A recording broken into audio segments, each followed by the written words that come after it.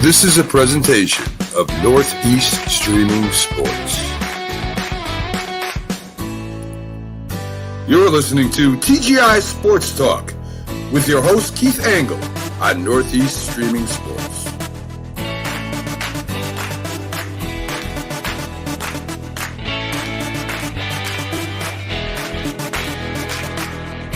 Good morning, everybody.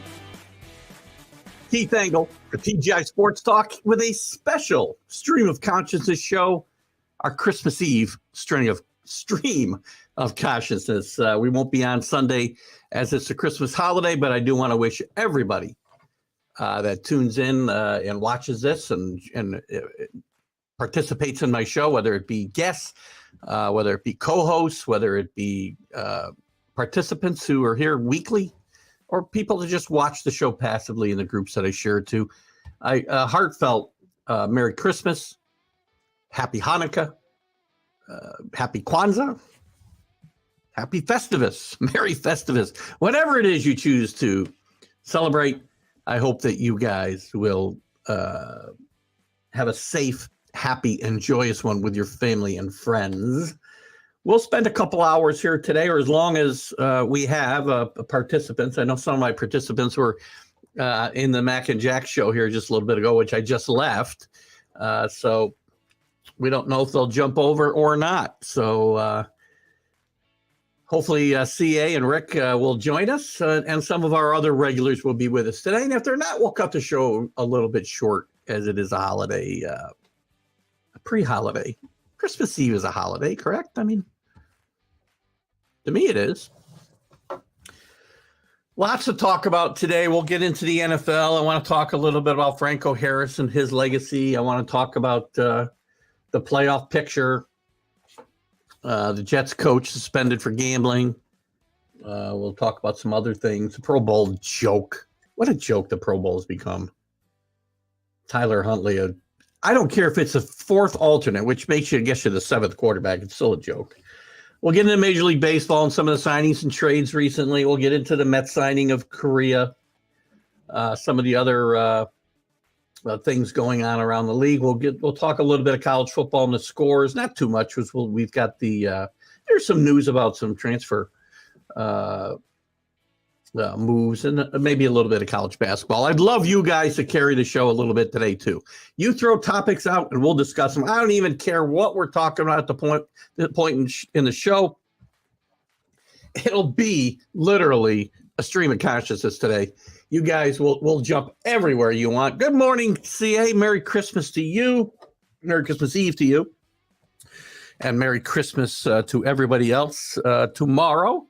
And as I said at the top, whatever the reason for your celebrating this weekend, whether it be Christmas or Hanukkah or Kwanzaa or Festivus, enjoy. Have a great, great holiday weekend with your friends and family. And again, as I said, we'll jump all over the place today. So don't be afraid to bring up any topic at any point. We'll just kind of go as long as we got to go. We'll go the full 2 hours if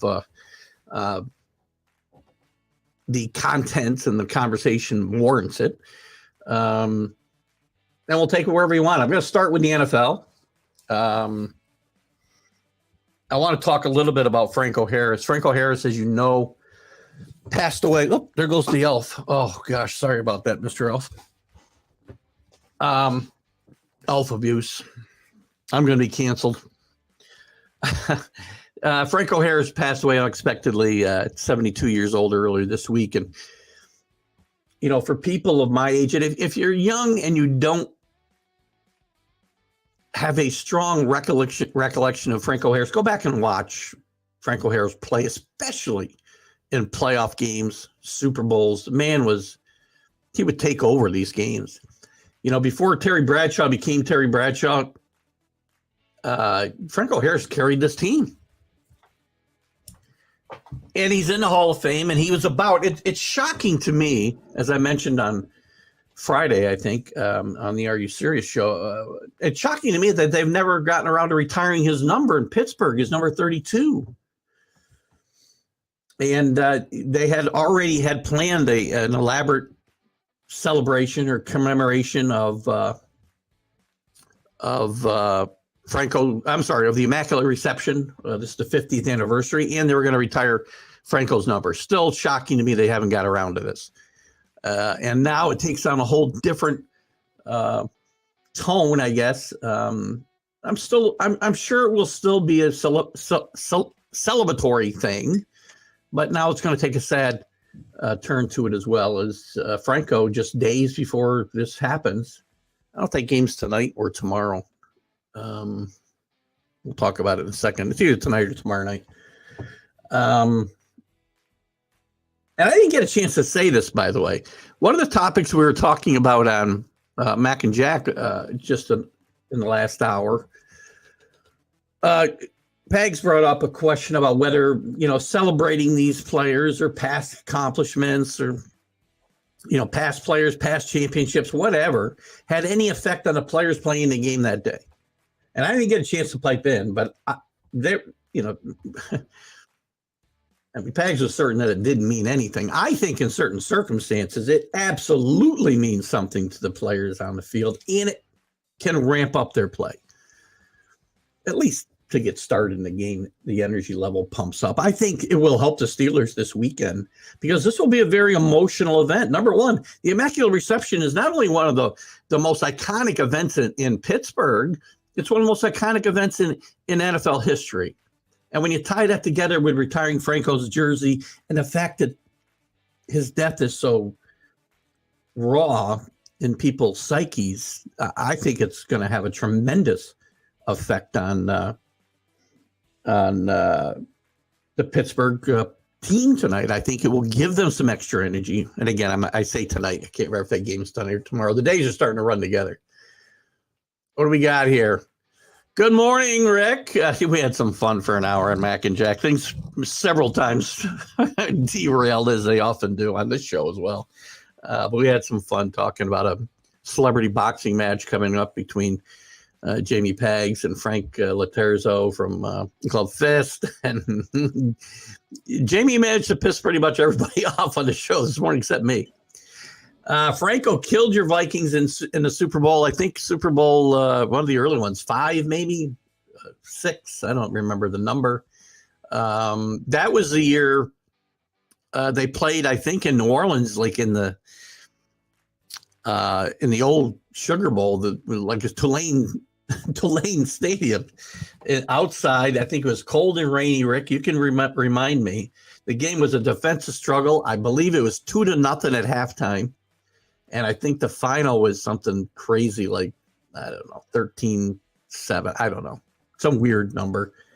Maybe it wasn't a weird number at the end, but I believe it was 2-0 at halftime. And Franco has set a record for rushing. I think he rushed for 140-some yards that day. It was the only offense anybody could muster on a nasty day in New Orleans. And Rick, you being the Viking expert, you may remember this better than I do, but I think I'm pretty close in my analysis there. Franco, and I was also negligent in not bringing this up Wednesday night on the college football show because Franco was a really, really good college football player as well, playing and wearing the number 34 at Penn State and playing for the great Joe Paterno there before he went to Pittsburgh as a first-round draft pick. So, Franco's legacy, he carried a lot of those Steelers teams. I mean, people remember, I really think, not that Franco's forgotten, but I think people think of Lynn Swann, Terry Bradshaw, any number of the defensive guys, and then they get to Franco. And especially in the playoffs, Franco was the backbone of this team. I mean, if he didn't run the ball well, they couldn't throw the ball well. The game was different then. Everybody used the run to set up the pass. And, and besides being a tremendous football player, by all accounts, he's a really, really, really good person. And it's a little sad, I guess, very sad to see him pass so unexpectedly. I was watching an interview he did. Gosh, I can't remember who he was on with, just a day before he died. No indications he was ill. So, we have to take every day as it comes and appreciate it, once we reach a certain age. Reach a certain age, as Rick, You and I can attest to. And CA, I'm not sure where you are, but everybody should do that probably. I don't care if you're 30 years old, but as I move well into my 60s, further into my 60s, I start to feel that way as I see people not much older than me or younger than me passing away. Steelers don't deserve at least one Super Bowl. Oilers won that game. Listen, I'm not so sure, and I have to go back and look at the video again. I know exactly the play you're talking about, Mike Renfro catching a ball in the end zone. Even with the rules today, CA, your point is, and I was rooting for the Oilers that day myself. I probably bet the Oilers that day. Even with instant replay, given the rules that we have today about, especially in the end zone, taking the ball to the ground. I mean, he had the ball. Being it was called incomplete, I'm not 100% sure that they would call it a touchdown. They probably would, but I'm not 100% sure. I don't think we can say with 100% accuracy that would have been the final outcome there. Maybe it would be, but you're right. That was that very play led to instant replay becoming a part of the game just a few years later. And by the way, I'm a guy who's not a big fan of instant replay. I think it's used for the wrong reasons. I think it takes too long to figure these plays out. I think there's too many times they still get the calls wrong. And again, when I say this, I will tell you again, the reason the Patriots lost last week was not a bad call. Let me be clear. I will complain about bad calls. I will never tell you we lost because of it, especially when you're throwing 30 yards passes backwards on the last play before overtime. But they still get calls wrong. You'll never convince me that Hollins had his feet in the end zone. Never. I thought there was irrefutable evidence there, but what are you going to do? I mean, one view, I guess, where his foot still looked like it was on the white, but then black came up instead of white when stuff was churned up. There was another view looked like he was clearly out of bounds. So what are you going to do? I mean, to me, and again, we would have lost the game. We would have finished on the wrong end of that play no matter what. If there was no replay, I'm still not a fan of it. We waste all this time and I don't know. I mean, they're still wrong at least 25% of the time. If you're not 100%, what's the point? And human error, I've said this forever. Human error has been part of sports for a long time. And players' human error plays into the game. Referees, I'm okay when it does. There's a lot of great plays in sports history, by the way, that we wouldn't even remember. You wouldn't remember the 85 World Series even a little bit if it wasn't for Don Denkinger blowing a call so badly at first place. Nobody would remember. The Cardinals would have won that World Series and nobody would have remembered anything about it. Nothing. But it's a kind of a classic World Series, and you see it all the time replayed, that Game 6, because of a bad call. So, again, it plays into the history of the game. Anyway. Got off on a tangent there, but you're right. But those Steelers teams, take nothing away from it. Those Oilers teams are really good. CA, I kind of rooted for Bumfield. Look, I was a Patriot fan. They had a few good years in the 80s, 70s, and 80s, but they weren't consistently good as they've been for 20 years. Maybe not so much now.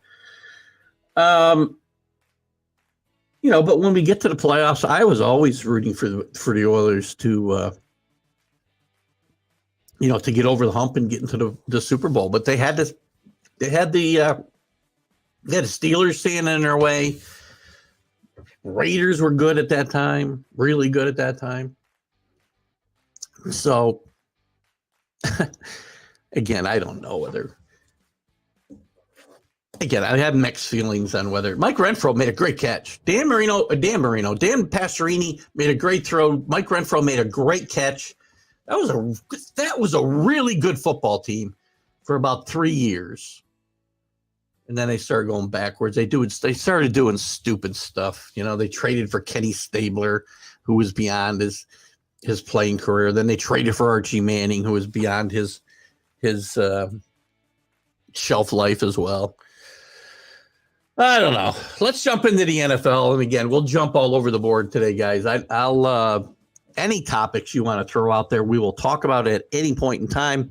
I just wanted to get here and spend some holiday time with you guys since I won't be on again until Wednesday.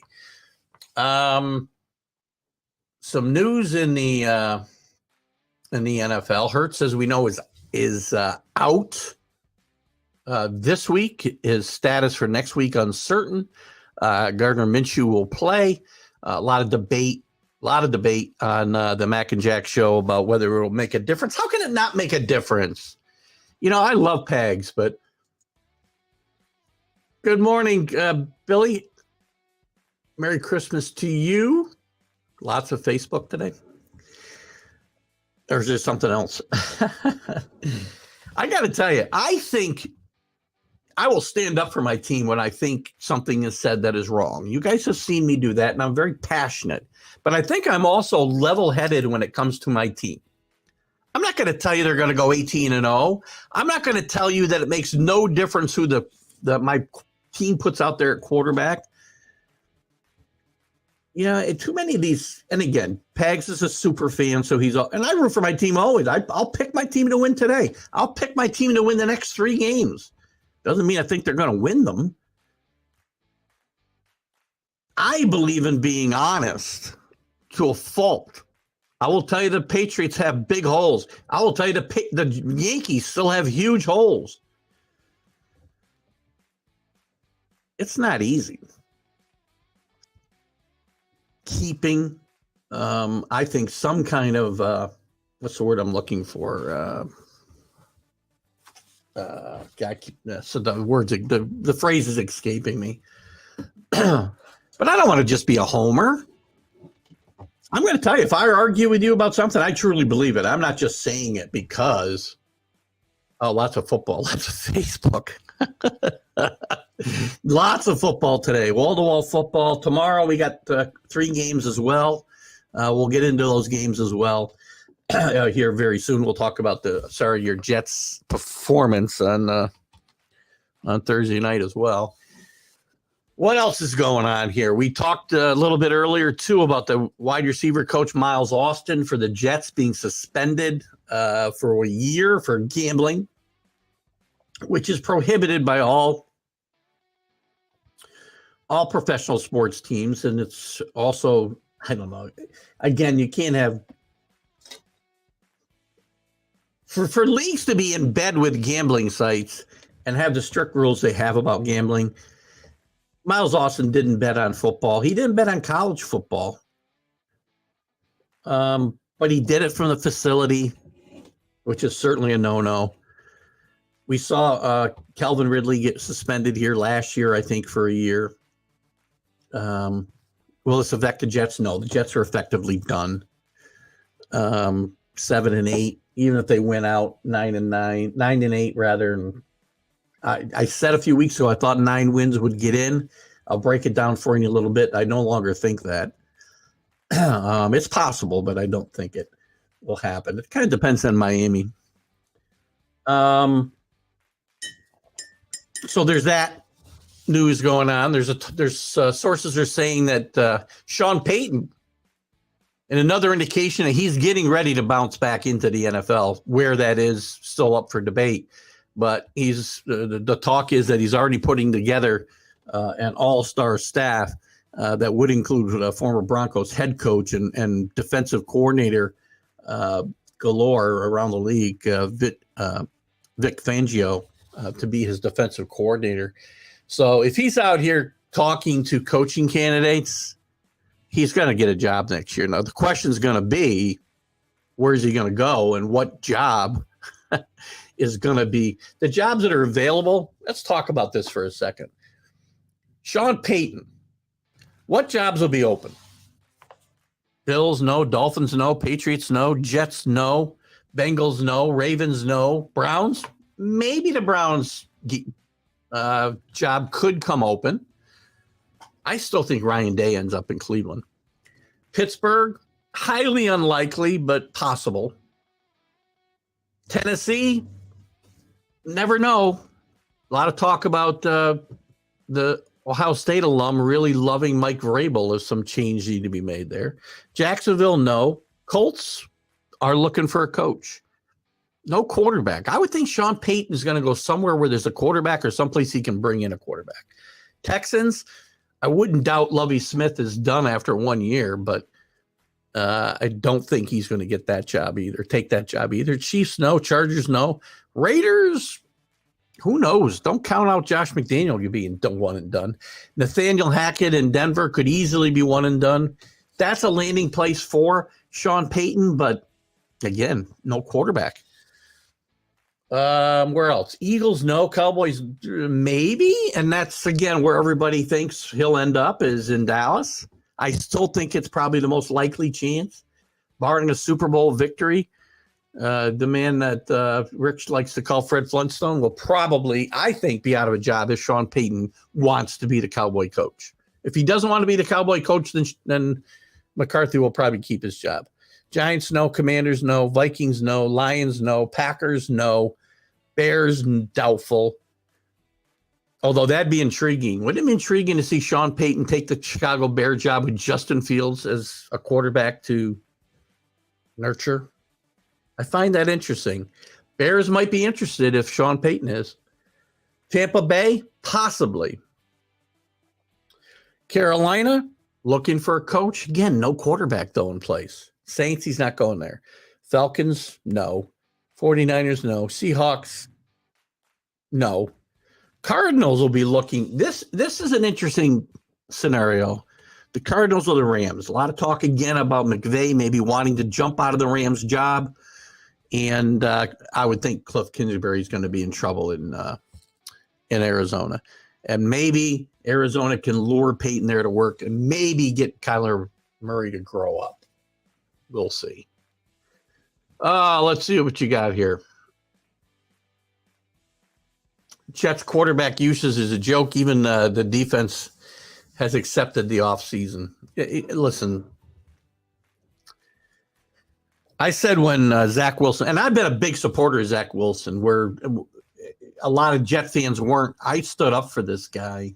I thought he'd mature this year. I thought he'd get better. He regressed. When you stand up in front of the media and you won't take any responsibility for your performance, pathetic performance in a loss, your defense gave up 3 points. I was surprised they even put him back in there. They should have put this kid they picked up off the street that played the second half on Thursday night. They should never have gone back to Zach Wilson. This team was never going to be behind him like they were behind Mike White. And they've made a mess of their quarterback situation. What do you got there, Dal? Oh, you're talking about Sean Payton. Dallas probably would be the odds-on favorite. I think Arizona's an intriguing possibility, and I think Chicago, if they're willing to fire their coach this quickly. But if Sean Payton were interested in the Bears' job and work with Justin Fields, I think the Bears would be more than happy to move their guy aside.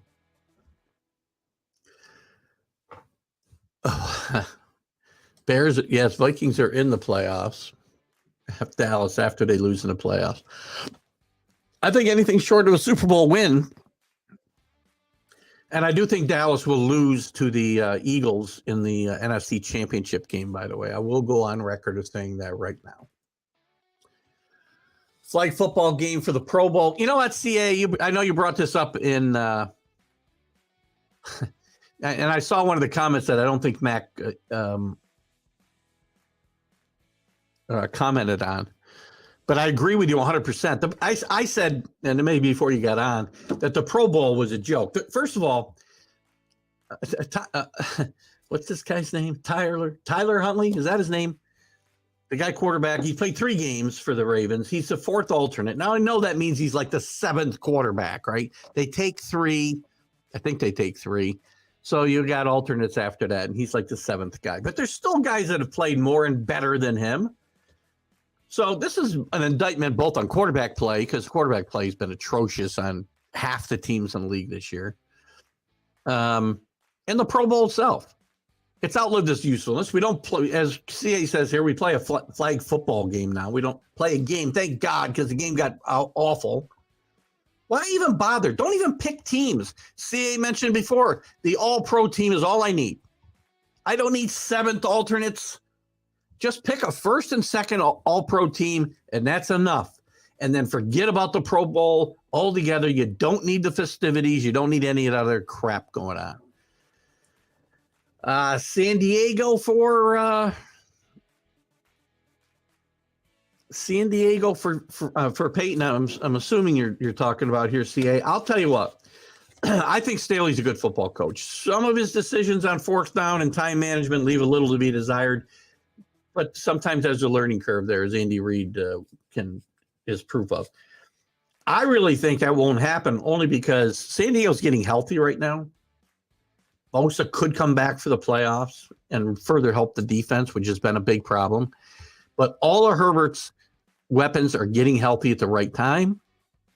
I'm going out on a limb right now and tell you that the Chargers will play the Chiefs in the AFC Championship game, and they will win and get to the Super Bowl. I really like what's happening in San Diego right now, which would preclude Peyton from getting that job. Trevor Lawrence and Zach Wilson are tremendous example of two quarterbacks chosen back-to-back, right? First and second, and how one develops and matures and pays attention and doesn't get wrapped up in nonsense. And the other is just a baby. I mean, maybe he needs to grow up, he needs to mature, and he needs to pay attention and get better as a football player. Now, part of that's on the Jets. I think Wilson was maturing last year after they brought John Beck in to be his quarterback coach. They let him walk away to, I don't remember where he went. He might have gone to college. I think he went to Syracuse, actually, to be an assistant coach there. You're telling me they can't pay more than Syracuse pays an assistant coach for your quarterback coach? Very important position, by the way. But Trevor Lawrence, and we touched on this a little bit on the Mac and Jack show too. I think a lot of times the kids who come from a program that it's under a microscope. We talked about Justin Fields. We didn't talk about Trevor Lawrence, but Clemson's been under a microscope here the last decade. Always in contention for a national championship. You know, when 10-2 is a bad year in your program, you know you're under a microscope.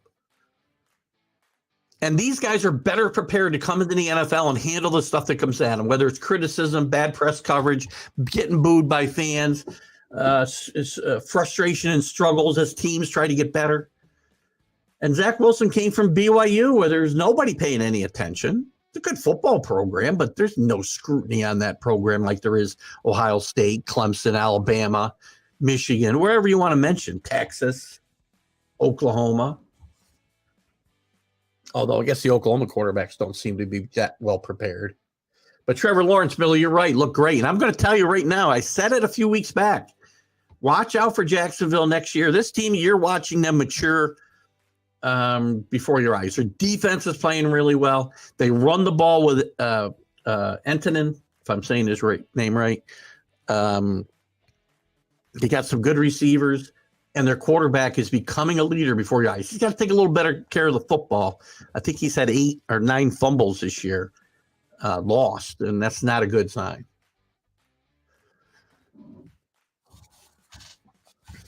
I'd want the Bolts to coach. I'd want the Bolts to coach. I'm not sure exactly.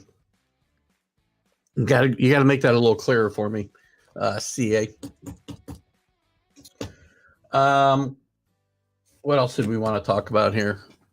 We can continue any of these conversations, guys. We are literally streaming this conversation today because we're jumping all over the place. Let me look at some more of the headlines and the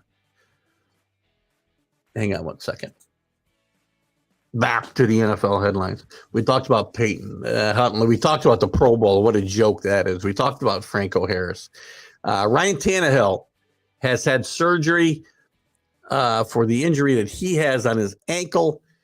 He's a long shot to play again this season. It looks like the Titans' playoff hopes are in the hands of Malik Willis. And I think their playoff hopes are about done. I think Jacksonville will win this. I was doing some calculations today for some stuff we never got into on the Mac and Jack show. But I'll tell you, I see Tennessee and Jacksonville heading into the last game of the season against each other, both teams 8-8. Jacksonville's got Texas and Tennessee left. I think they beat Texas to get to 8-8. Tennessee's got Texas today, the Cowboys next week, and then Jacksonville. I think they go 1-1 the next 2 weeks, and they finish 8-8. And we have a play-in game between Jacksonville and Tennessee. I think it'll be if you're a Jacksonville fan and you had that proposition in front of you in the beginning of the season, you'd be very, very happy about it. There's Alan. I would guess I would count Jalen Hurts as an Oklahoma quarterback and also an Alabama quarterback. So again, he played and he's held up well under the microscope. And the two guys I was thinking of from Oklahoma that maybe haven't are obviously Baker Mayfield and Kyler Murray, but Hurts is a different story. I think Hurts will be out today. I think he's been ruled out, actually, hasn't he? Maybe not. Maybe I'm wrong. Let's see what are they saying here. This is not week 17. He'll miss Saturday's game. He's out due to a sprained shoulder, so he's out. He's not under the weather. He's got a sprained shoulder. He has been ruled out and is also uncertain to play next week against New Orleans. That's the news on Jalen Hurts. And it does make a difference. Sorry, Philly sports guy. The difference between Gardner Minshew and Jalen Hurts is palpable. I wasn't a big Jalen Hurts fan before the season started. He's won me over. Now, Gardner Minshew is a guy, he's become a folk hero of sorts around the NFL. He can come in and maybe spark this team for 1 game, 2 games. So he may be all right, and maybe it won't hurt them against the Cowboys today. The game's irrelevant. The game means nothing.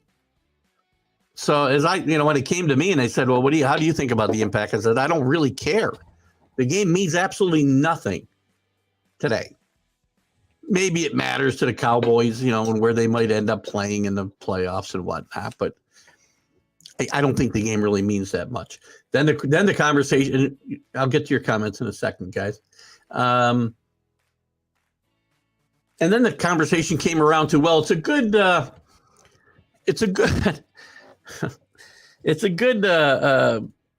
spotlight for Gardner Minshew because now maybe he can display his talents and be a starter somewhere next year. If Gardner Minshew was going to be a starter in this league, he'd have been one by now, and he would have been one last year with all the teams looking for quarterbacks last year. You don't think he would have had a job last year?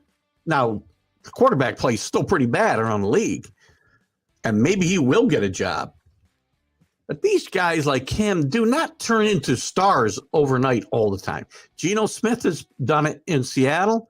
How many other guys sit around for years and then go somewhere and become a star? I go back in time to Lindicki with the Packers, became a pretty good quarterback. There's probably others that I'm not thinking of, but I don't think it's the rule. CA. You picked the Thunderbolts to coach? You'd pick. I got you. If you were Peyton, you'd pick listen, you're right. Of all the teams that we just talked about, if the job was open in San Diego, I would see Peyton taking that job.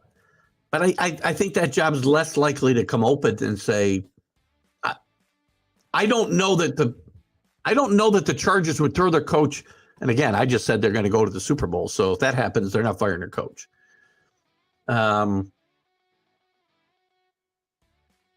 I don't see them throwing their coach overboard for Peyton in that case. Maybe not in any case. They missed the playoffs, maybe. Because they got a pretty easy road to the playoffs. If they don't win a playoff game, maybe. But Chicago's much more likely to throw their coach overboard for Sean Payton. And the Cowboys would be very happy to get him. And I think it's even possible if they won a Super Bowl, they throw Mike McCarthy under the bus for Peyton. Very possible. Titans may go 0-3. I think they'll beat Texas. I think they'll beat the Texans today. Again, Malik Willis, who knows? But I do think they'll beat the Texans today. I mean, it's possible they go 0-3, and that game means nothing. The final game of the season. I mean, if they lost all three, as you're saying, Alan, they'd be. They'd lose to Jacksonville. Let's just say they lost their last two. They're going to have 9 losses. And I guess that game would still mean something because then you get into tiebreakers if they were to beat Jacksonville. There's no way this team beats Jacksonville with Malik Willis as their quarterback in my mind. Hurts out. Minshew starts this week. I think I just said that.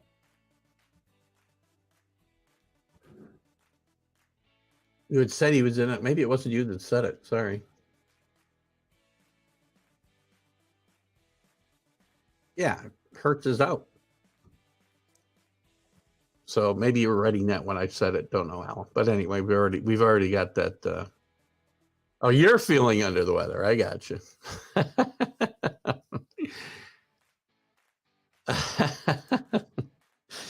Be clear. Don't write like I talk. Eagles can lose their last 3 and lose the division to Dallas. It's not happening, Alan. Come on. Let's live in reality. I just went on a rant. Not a rant, but I'll go on a rant right now. It gets very frustrating for me, and I get it. You guys are fans, but for me doing this and other guys who do this, what I'm doing right now, and Alan, you're one of those guys right now, and you're doing a great job, by the way. Don't just be a homer. You know, you got to deal in reality when it comes to your team. I think I do. I said before the year, 9-8, 10-7 was probably the high water mark for the Patriots in the playoff hunt. That's exactly where they are. There's problems with the team, and I freely admit it. I'll tell you the same thing with the Yankees. Yankees got a lot of work to do. I watch guys like, and I love Pags, don't get me wrong. And I love the guys that do the NFC East show with them. But every one of them thinks they'll sit there and say their team's going 18-0 before the season. Well, it's not even realistic. Pags is sitting there today with his team at, what are they, 13-1? Like, there's no way this team can lose the Super Bowl. Do you know how many teams have been sitting in the catbird seat after 14 games and didn't win a Super Bowl? I could personally tell you, 2 years, my team was the best team in football going into the playoffs, going into the Super Bowl, and got beat by 9-7. Jack says one of them was 10-6, but whatever, same thing. Giant teams, they were the better team, but got beat that day. So they weren't the better team that day. You were the best team only after you win the Super Bowl. End of story. I don't care. You can tell me forever my team was the best team and this happened and that happened and blah, blah, blah, blah, blah. Well, if you don't have that championship trophy under your arm, you don't have any claim to being the best team in football.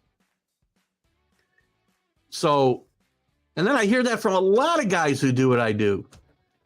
Raiders, guys who are Raiders fans, guys who are Giants fans and Redskins fans and team formerly known as Redskins fans. I'll put my money in after.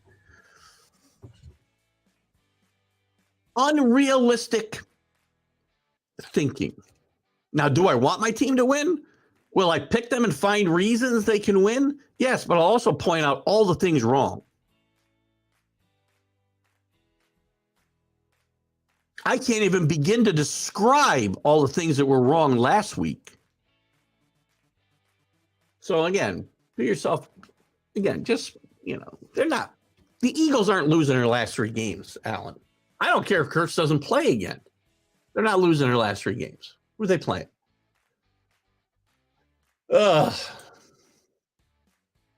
I'm only trying to give you a little. They got the Saints. They're going to beat the Saints at home. They're going to beat the Giants at home, most likely, I would think, the last week of the season. They're going to win 15 games. And it doesn't matter. I really don't think it matters. And the Cowboys aren't winning out. What do the Cowboys got? It's not a done deal. The Cowboys win today. I do think the Cowboys will give them a game. I don't think it even matters. I still will tell you again, they aren't going to care about winning this game. Maybe I shouldn't say that. It's a little harsh. They got the Commanders. They're in Washington the last week. And if you think that's a gimme, Alan, again, you're not dealing in reality. Not saying you won't win the game, but you're counting on gimmies. There are no gimmies in this league. You saw it last week. There's no gimmies. You saw it the last 2 weeks. You're lucky to get by Texas. And I'll tell you right now, I'm picking your team to get to the NFC Championship game against said Eagles. John Beck worked with Dak in the offseason. He's in Syracuse, I believe. I believe he's an assistant coach on the Orangemen. I'm almost positive. In fact, I'll tell you right now because now I have a need to know. Make sure I'm correct. John Beck. Crap, that's not him. Oh, I put in Joe Beckman. What the hell? Who the hell put that in there? Computer's got its own little freaking John Beck football. Wikipedia. Let's see where he is today. They don't list him anywhere. Interesting. I'd heard he was at Syracuse. Now, maybe it's just not listed here in Wikipedia, which you can't always trust. Well, that's as a player, as a coach, Jets. Anyway, big mistake by the Jets letting him go, regardless of where he is. What do you got here? CA Minshew Mania gets some action. Minch. Gardner Minshew. His greatest claim to fame so far is playing quarterback for Mike Leach at Washington State. Probably being his most prolific quarterback there. Sean Payton, offensive play caller for New England. Good Lord. Hope this never happens. Well, first of all, he's not going to be the offensive coordinator, so that's not going to happen. He'd have to be the head coach, and that's not happening. Bill Belichick is not leaving. I guess nothing is set in stone, right? You can't ever say with 100% certainty that anything will ever happen, but I do not think Bill Belichick is leaving. I would love Sean Payton to be my next head coach. I doubt very much it's going to happen. Beck is at Syracuse. Thank you. I knew I was right. Just couldn't prove it. Cowboys' best day. Thrash in the first half, and Cooper plays the entire second half. I don't think that's going to happen. Listen, this Eagles team is good enough to win without Hurts. There's a ton of talent to make up for the loss of Hurts for a game or 2 games. Minshew can be effective and give them a chance to win. Doesn't mean they will. I'm just telling you they'll have a chance to win. I don't see them getting thrashed and the Cowboys able to get Cooper Rush in the game here. Packers went 5th. There you go. Great example, Alan. 15-1. Lost to the Giants. And probably the year the Giants beat the Patriots in the Super Bowl, I'm going to guess. That would have been a 2011 season, 2012 playoffs. Correct me if I'm wrong. Wasn't that the game that was like 50 below zero at night in Green Bay when Tom Coughlin's face almost froze off? Vikings in 98, another great example. Sorry, Rick. Great example.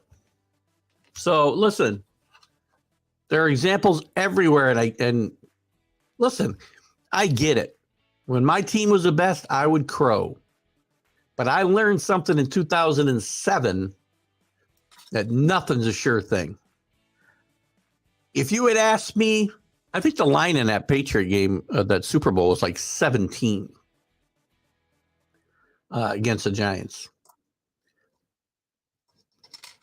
If you'd asked me if they would win the game, and all you had to do is win, no points, I'd have bet everything I owned. I wouldn't do that, but So there's no sure things. The Giants were the better team both those days. I'm not going to tell you my team is the best team in football when I didn't win the Super Bowl.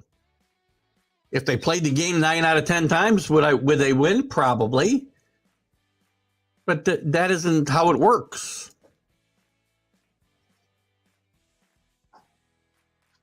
Well, Donovan McNabb often had, it's good to see. Donovan McNabb had a lot of really good teams in Philadelphia that didn't get to the Super Bowl or lost because he was out of gas in the Super Bowl. I'm not really sure. I go back and because this has come up, and I'm also reading a book by Ian O'Connor called Dynasty, which is about the Patriots dynasty. It goes back before the Patriots dynasty and how it all came into play with Kraft getting the team, Belichick, blah, blah, blah. But just got through, I guess I'm already through. A while ago, I got through the season where they finished up against the Eagles. And I still don't know whether to blame Andy Reid, which I will because his play calling, his time management was just awful, which it often has been in playoff games, or Donovan McNabb for, gagging literally on that last drive. And maybe they're tied together. It's not listed at all. You're talking about John Beck. I know I was listening to some podcast or something, and they talked about the fact that he was in Syracuse. Who knows? He might be an unpaid assistant. But I'm telling you again, just back to that topic for a second. If John Beck had stayed in New York, if the Jets had kept him there, I guarantee you Zach Wilson would be in a better place today. I'm not telling you he'd be even as good as Lawrence right now. But I will tell you, he'd be in a better place than he is at the moment. All right, what else we got going on here? Should we get into the games today? I'm going to give you my playoff picks. Let's get into the games first. We'll go through the standings. I'll put them up here. And maybe if I get rid of this, you guys can see this better. I'm going to go through the picks today and the weekend, obviously. Where the heck is this banner? There it is. All right, so hopefully you guys can see that good enough. I got to go to a different page. You guys put comments up. We'll talk about the standings a little bit, then I'll get into the picks. Last week, Boomer Sooner trying to make a run here. He gets 9 wins last week in a very, very tough week. Our leaders, S. Craw, who I still don't know who you are. I wish you'd speak up. 70. He's playing every week. CA still in the running here with 7 wins. Drew's worthless pick, 6 winners. Headless Horseman, 6. Mad New Yorker, 5, continuing his stellar performance. And then we get to the only guy still playing here is me, I think. Now, I guess ESPN fan, who I don't know as well, has got 5. And I got 4. To bring our overall standings, S. Cross still at 114. CA closing the gap to 111, only 3 behind now with 3 weeks this week is 3 weeks to play. Drew hanging in there at 108, but falling backwards. Allen trying to make a late run, gets to 107 and pulls away from me at 104. And after that, it's pretty ugly. I don't think it's even worth getting into. I think, Waldo, you're still playing. It looks like you still are with the totals. Billy comes in at 94, the Mad New Yorker. You are killing the Mad New Yorker, which is a good thing because he only has 83 wins. It's a good thing he's not betting these games because the man would be broke. I pray he's not betting the games. Let's get into this week's picks. I took the Jets at home, -1.5 Thursday night, thinking, their playoff hopes are on the line. Zach Wilson played okay against the Lions a week before, even though they lost the game. Big mistake. They were awful. Never in the game. The Bills and Chicago. This is going to be a tough one because the weather is going to be. Listen, weather is going to impact games almost all over the country that are played outside. The Bills and the Bears are playing today at 1 o'clock. I believe. Correct me if I'm wrong. There it is, 1 o'clock. I'm going to take the Bills here minus the 8.5. That's a lot of points to lay on the road. The Bears have started to. I mean, Justin Fields has played very well, but the team is not. There's not really enough around him. They've got 3 wins. The Bills still trying to hang in there for the. And I'm going to give you my playoff picks after this. I'll go through them quickly. I think the Bills will roll over the Bears today.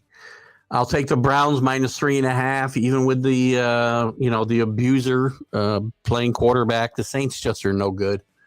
Quarterback situation is awful there.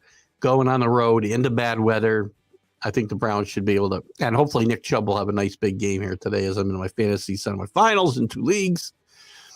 And also, by the way, I have Josh Allen and on one team I have Josh Allen, Stephon Diggs, and Nick Chubb. So let's get these bad weather games and score some points.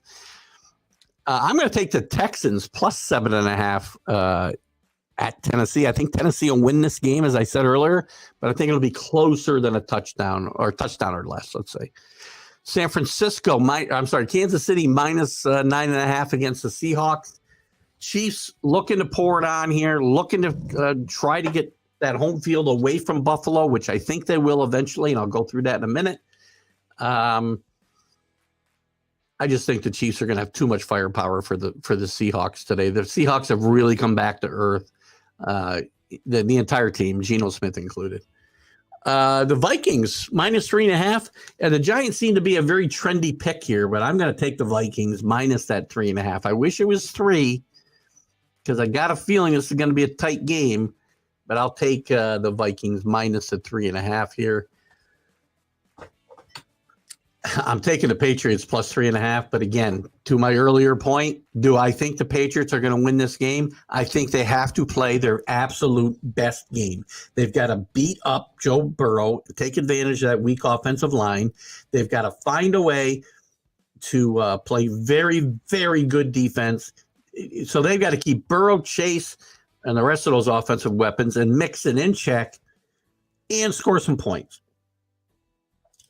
His team has been pathetic in the red zone all year. If they've moved the ball up and down the field, maybe not last week, but if they can move the ball up and down the field and score touchdowns in the red zone, they'll have a chance.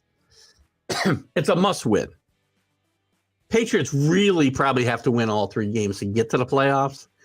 We'll have a better idea probably next week, but I'll give you that scenario here in a second as well. I'll take the Patriots at home plus the 3.5.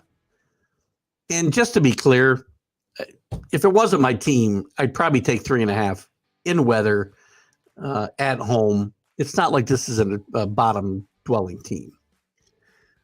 To that point, I will take the Carolina Panthers plus 3.5 over the Lions. Again, weather could come into effect here.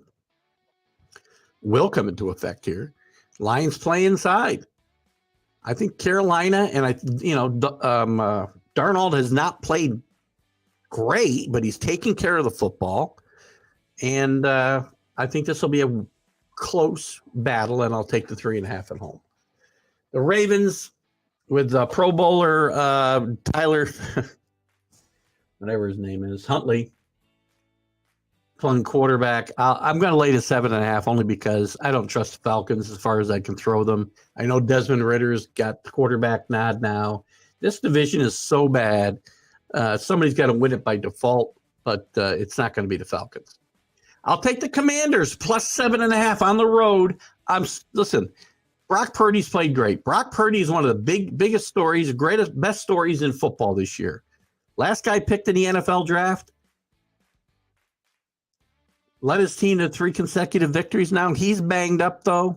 Played a little worse last year than he's played. Teams may start to catch up as they start to see more film on Brock Purdy. That's why I don't like the 49ers to go all the way. And I think the team formerly known as the Redskins will keep this game close, possibly even win it on the road. Eagles, I'll take the Eagles plus 1.5 today. You know what? I've been going back and forth here. I had Dallas. I went away from them. I'm going to take the Eagles only because I do believe for one game they can survive, 2 games even, they can survive with Gardner Minshew because the talent around him is so good. They're the best. They're the most talented team in football. There's no doubt about it. Nobody's going to dispute that except maybe Cowboy fans who are irrational. They're the most complete team in football. Now we'll find out how deep they are and whether Gardner Minshew can lead them to victory. I will take them plus the 1.5. I'll take the Steelers tonight. I was on the Raiders plus 2.5. But after Franco's death on Tuesday, I think it was, the ceremony that was already planned to honor the 50th anniversary of the Immaculate Reception and retire his jersey, and shame on you, Pittsburgh, for not retiring his jersey sooner. I think the emotion in that stadium is going to feed this Steeler team, who's playing better football recently, with some really good energy, and I think they will play well at home tonight and win this game. I'm going to take the Dolphins over Green Bay, although I will be rooting for the Dolphins to lose. I'm very happy to lose this pick. I need the Dolphins to lose badly to get back in this wild card race. And Aaron Rodgers going on the road. Aaron Rodgers has not played that good of football all year, home or away. This team's not officially eliminated yet. They still got something to play for. That's my best hope. Dolphins really good at home, shaky on the road. I got to take the Dolphins here and hope I'm wrong. I'll take the Rams plus 0.5 point, so basically just win the game over Denver, because there's no way I can take Denver on the road against anybody. Nathaniel Hackett most likely I think is going to be one and done, and Russell Wilson may be one and done in Denver. I don't know how they're going to move him with that contract, but this isn't working out, and I'm not sure that it's salvageable in any way, shape, or form. I'll take the Cardinals plus 4.5 over the Broncos or the Buccaneers, just because the Buccaneers are terrible. I know that the Cardinals are down to their third-string quarterback, but I just have a feeling at home there's no way the Bucs win this game by more than 5 points, by more than 4 points. I just don't.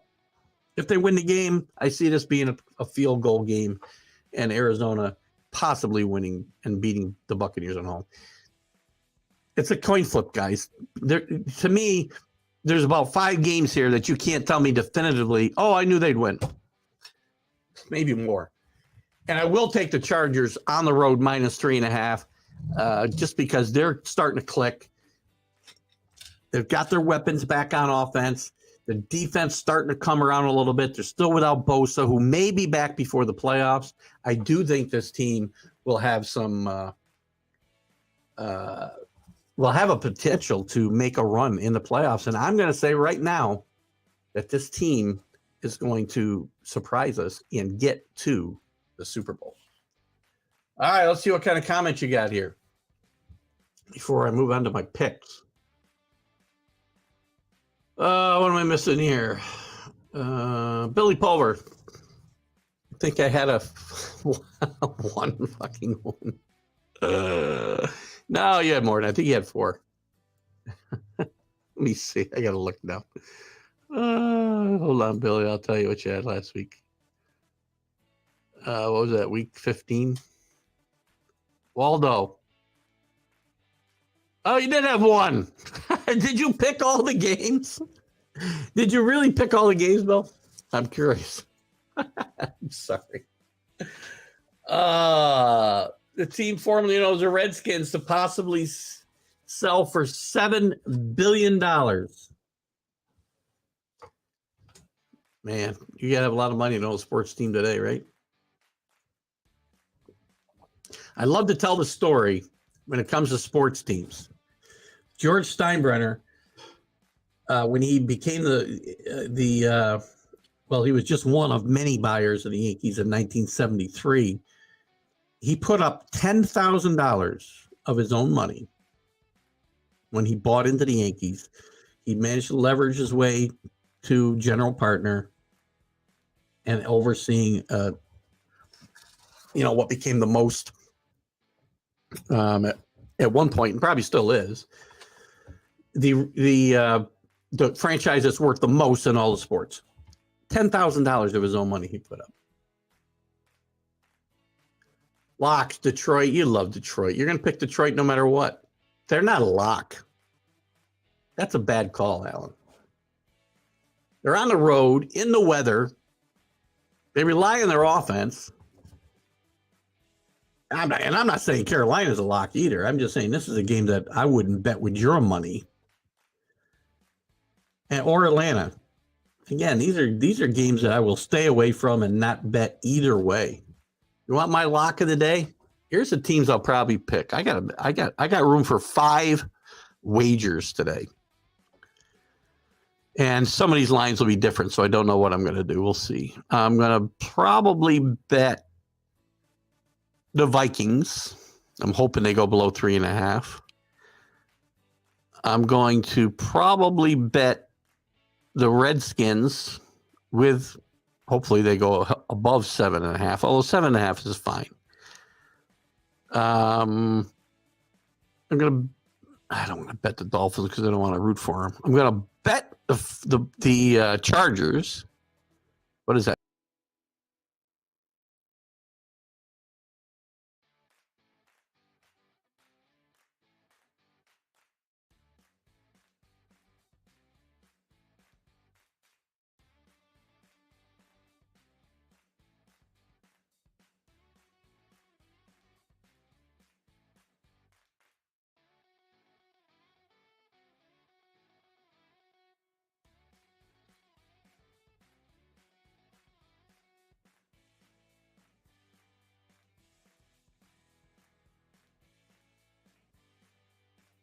I think we're having some internet problems here, guys. I apologize. I got knocked out of the room there. So you probably didn't hear anything I said, Alan. I would not pick Detroit as a lock here today. I just went through. I wouldn't bet your money on this game, and I certainly won't bet my money. But I do have a few games that I like a lot, which I'll let you know about. Where are we here? In another league without points, I'm 126 and 95. Points suck. Well, I got 138 wins in a non-point league. And again, ESPN. I tried to set this up without points, by the way, but ESPN wouldn't let me do it for whatever reason, or I set it up wrong. Doesn't really matter. Once I had it locked in and invited everybody, I wasn't going to try to do it over. Had a hard enough time getting everybody into this league as it was, but 126 and 95, that's great. I got 10 more wins than that in another league, and I'm in 5th place. Cowboys are most profitable. Yankees are number 2. Whatever. 28. I got about 80 in a jar so far, Alan. I'm back, right? I got kicked out of the room somehow. Yeah, I did just disappear. I got a little magic act I do on the side, and I wanted to show you guys how prolific I've become at it. I am back. Sorry. I am like Houdini. For my next trick, I will make this elf. Never mind. It kicked off the air. Let me give you guys my playoff scenarios before we move on from the NFL. A lot of NFL today. I did all this work because Mac wanted me to prepare for to have all my playoff picks ready, and Super Bowl winners, championship game participants, and an early Christmas present for my team. We never got to any of that. So I'll use that so I don't waste this effort I made this morning. Here's what I got for you in the AFC. Let me get to where we are right now in the playoff standings. In the AFC, your division winners are going to be Buffalo, Kansas City, easy, Jacksonville, and Cincinnati. And I can break that down any you want. The way I broke it down here is easy. I broke down for you Jacksonville and Tennessee already. The Bengals and Bengals have Miami and Buffalo left. I see including the Patriots. Sorry, that's the Patriots. I guess I didn't do the Bengals. I just think the Bengals with a 1-game lead and Lamar Jackson out, they're going to continue to win, I would say. Billy says playoffs. Jim Moore would be better as your head coach, even at 100 years old. Still alive? I think he's still alive. And I've got Buffalo losing the home field advantage to Kansas City because Buffalo, I think, will lose. Where's my game? They got Chicago.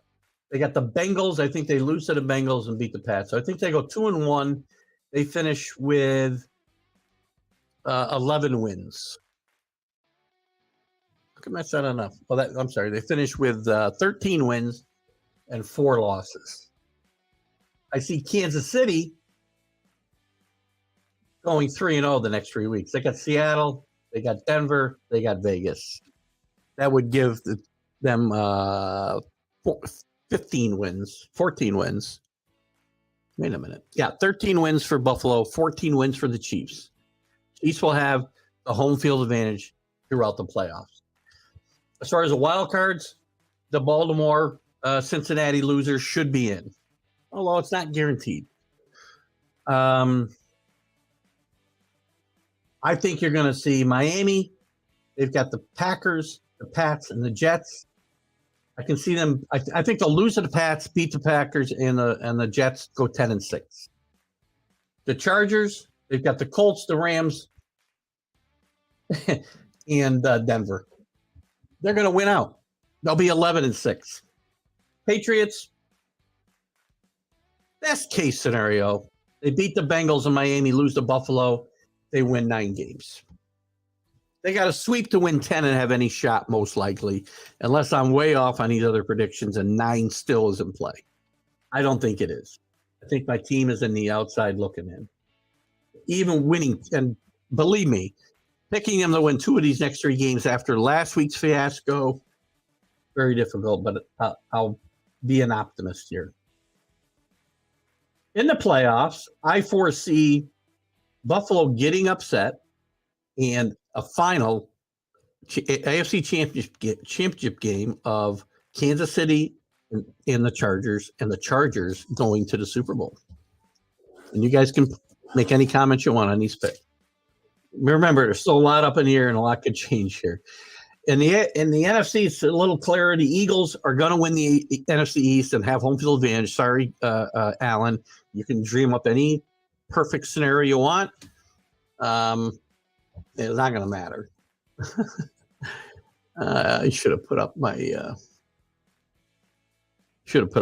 banner here. The Vikings will win the Central just because they have to. The South, flip a coin. I don't care. I'll pick Tampa Bay only because. But the Cardinals could win. Any of these teams could win this division at 7-10. I think Tampa Bay will get in maybe 8-9. Maybe. Because they've got the Cardinals, can't read the Carolina, and I think the Falcons. I think they'll win 2 out of those 3 and win this division with an 8-9 record and go out in the first round. So for the wild cards, Cowboys are in. The Giants, they've got the Vikings, they've got the Colts, they got the Eagles. I see them winning 1 more game. They finished 9-7-1, but in the playoffs because how come I didn't pick Washington here? So they get the 2nd spot. Washington's got the 49ers, the Cowboys at the end of the season. I can't read my writing on this last one. I think they finish 9-7-1, and both those teams make the playoffs because the Seattle and Detroit finished 9-8. Detroit's got Carolina today, Chicago, Green Bay, They're going to lose one of those games. So unless they run the table, they're out. They finish 9-8, they'd be out by half a game percentage points. Same way with Seattle. I think Seattle will win 2 of their last 3 and finish 9-8. Nice race, fun race in the National Football Conference for sure. In the playoffs, I'm going to say the team formerly known as the Redskins make a run, but they fall short. I see the key Eagles and Cowboys matching up in the AFC Championship game. Sorry, Alan. Cowboys go to the Super Bowl. Don't go to the Super Bowl. The Eagles go to the Super Bowl and play the upstart San Diego Chargers, which will take Sean Payton out of the running for the San Diego job for sure. What we got here? Alan. AFC playoffs. Chiefs, Ravens.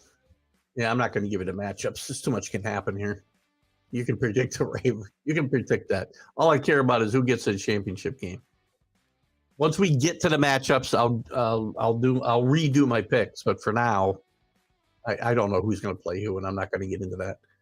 Bengals and Chiefs. Bengals to the Super Bowl. Listen, that one is a reasonable assumption. The Bills, Kansas City, Cincinnati, I think by playoff time will be pretty much all pretty similar as far as their chances to get to the Super Bowl. The best chances to get to the Super Bowl from the AFC. I just think the Chargers are getting hot at the right time, and I think they'll take advantage of that come playoff time. NFC, Eagles. Wait, you just told me the Cowboys still had a chance.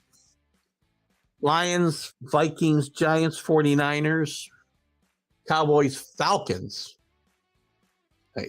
I got no reason to say that can't happen. I don't think the Lions get in, though. So you've got both of my other choices. No, I guess just one. You've got them beating out the Redskins. Again, if Washington finishes 9-7-1, I'm curious whether you think Detroit wins out and gets to 10 wins. I think if you're counting on that, you're better off thinking you're better off hoping Washington wins one more game the rest of the way, because I can't see Detroit winning out. I don't see Detroit winning today. Merry Christmas to Northeast Streaming Sports, Mac and Jack and Linda.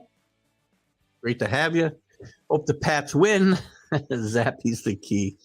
No, Zappy's not the key. The key is stopping somehow. The key, as I said, is pushing and really putting pressure on Joe Burrow so he cannot get the ball to Jamar Chase and Higgins and all these other weapons that he's got. They're probably going to move the football. The Bengals, I think both teams will move the football today. And it's going to become a game of who kicks field goals and who scores his touchdowns in the red zone. It's pretty much like every game. So you think the Lions will win out 10-7. Who did I say they're playing? Where's my Detroit? Carolina today, Chicago, Green Bay. They could win those games. I think 2 of those games are outside, though. Let me take a look here, Alan, while you guys talk amongst yourselves for a second. So they're outside in the weather against the Panthers. They're outside in the weather against the outside in the weather against the Panthers, outside in the weather against the Packers. One of those games they're going to lose. Cold weather dome teams going into cold weather cities late in the season when there's actually cold weather. Never a good combination. Can't see the team going. I can't see the Giants getting to 10-6 either. Giants. Where's my Giants? I got them losing today, so there's no way they can go 10-6. You got them winning out. No. But they have 8 wins now. 8 wins. They got them winning 2 games. I got them winning 1. I got them beating the Colts.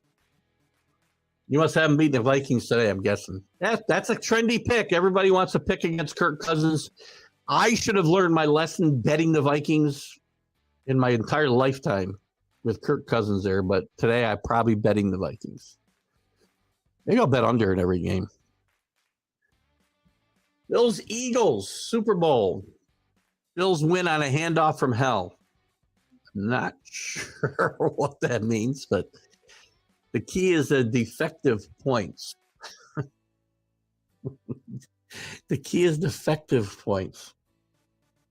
Is that defensive points or is that supposed to be defective at CA? Thanks for popping in the Mac and Jack show today, by the way. He was very appreciative of that. And as I said, Mac, I'm assuming this is Mac. I like the Vikings today. I'm sorry. I know the Giants are a trendy pick. I just think at home, if this game were played in the Meadowlands, I'd pick the Giants. But this game's at home. Assuming the Vikings can protect Cousins and he doesn't implode. I know the Vikings or the Cowboys beat them 40-3 at home. And I know this team is susceptible to the pass. The problem is the Giants, and I really love Daniel Jones's progression. I've made that clear. I think he's capable of leading a team, not this team, but I think he's capable of leading a team to the Super Bowl. Not this particular Giant team. He needs more weapons. My problem with this team is a lack of weapons around Daniel Jones. Saquon Barkley is your offense, and Daniel Jones with his feet, he'll get a pass off here and there to a receiver, but there's nobody when the chips are down to throw the ball to. I think this will be a tough place. I do think the Giants will make the playoffs, as I said. I do think they'll get the one. They're only probably going to need one win. I think 9-7-1 gets them in, and I think that's where they'll finish. Giants win today and beat the Eagles because the Eagles will probably rest their starters. Well, that's a good point, which I think is baloney, by the way. When there's playoff spots on the and Major League Baseball has kind of protected against this at different times. Through the years, I know they've told teams that they need to play starters when there's playoff implications. So if everything's locked up, fine. But if things aren't locked up, I think and again, it's your team. You can do what you want. I really think they ought to be playing to win. Now, if you got banged up players like Kurtz is still banged up and you play Gardner Minshew, fine. But I think, that he can win a couple of games. White Christmas, a family movie tradition. I agree. Great movie. By the way, trivia question for you, CA. And don't look this up, guys. Please. Don't cheat. Don't cheat. Don't be looking it up. In what movie did White Christmas make its debut? The song, White Christmas. I'll give you a hint. It's not White Christmas. If it's the Colts, they went out and could potentially take the fight. If it's the Colts, then they went out and could potentially take the 3 seed if the Cowboys' struggles continue. Are you talking about the Lions? Anna from hell, Pats Raiders finish. Somebody had to bring this up, right? I knew you'd be you, Billy. Stupidest play in the history of the NFL. Bad coaching. By the way, this wasn't a design play. There's no way the coaches went out there and said, well, as soon as you're going to get tackled, let's try to do the 1,000 lateral play. The Stanford band play. Cal band. I'm sorry, the Stanford Cal band on the field play. No way in a tie game do you ever do this. So the first mistake was the coaches not saying, whatever you do, don't do anything with the football except fall down with it. The second mistake is Rashad Stevenson laterals the ball back to Myers, who's standing right there. Bad enough. But Myers throws the ball 30 years, so it wasn't even a handoff. It was a pass 30 yards backwards to his quarterback. In the vicinity of his quarterback. Somebody tell me, what was Mac Jones going to do with the ball 30 yards behind where they already were? And Mac Jones, I don't care what you do, you got to find it. I know Chandler Jones outweighs you by about 100 pounds, and he even said it. Get a tripping penalty. At least then they got to try to kick a field goal. Game's not over. I know it's inside. I know your game's inside. I know that game's inside. I didn't say the weather was going to affect the Minnesota Giants game. I was talking about other games like Detroit. Unless I'm wrong. Panthers are they're at the Panthers. Again, that's a game that go either way. I hate today's cards from a gambling standpoint and picking teams to win, man. I hate this week's slate. I really do. Defensive working two fireplaces. Keep them burning, CA. It's cold, man. I'll tell you right now here it is. We've gone up since I started the show. We were -2 when I started the show at 9 o'clock. When I went on Mac's show at 8 o'clock, it was -2. We're up to 6. And the wind chill is about 15 below zero, I think, right now, or something like that. Maybe more. Varying. Oh, Giants and Colts? Giants play the Colts?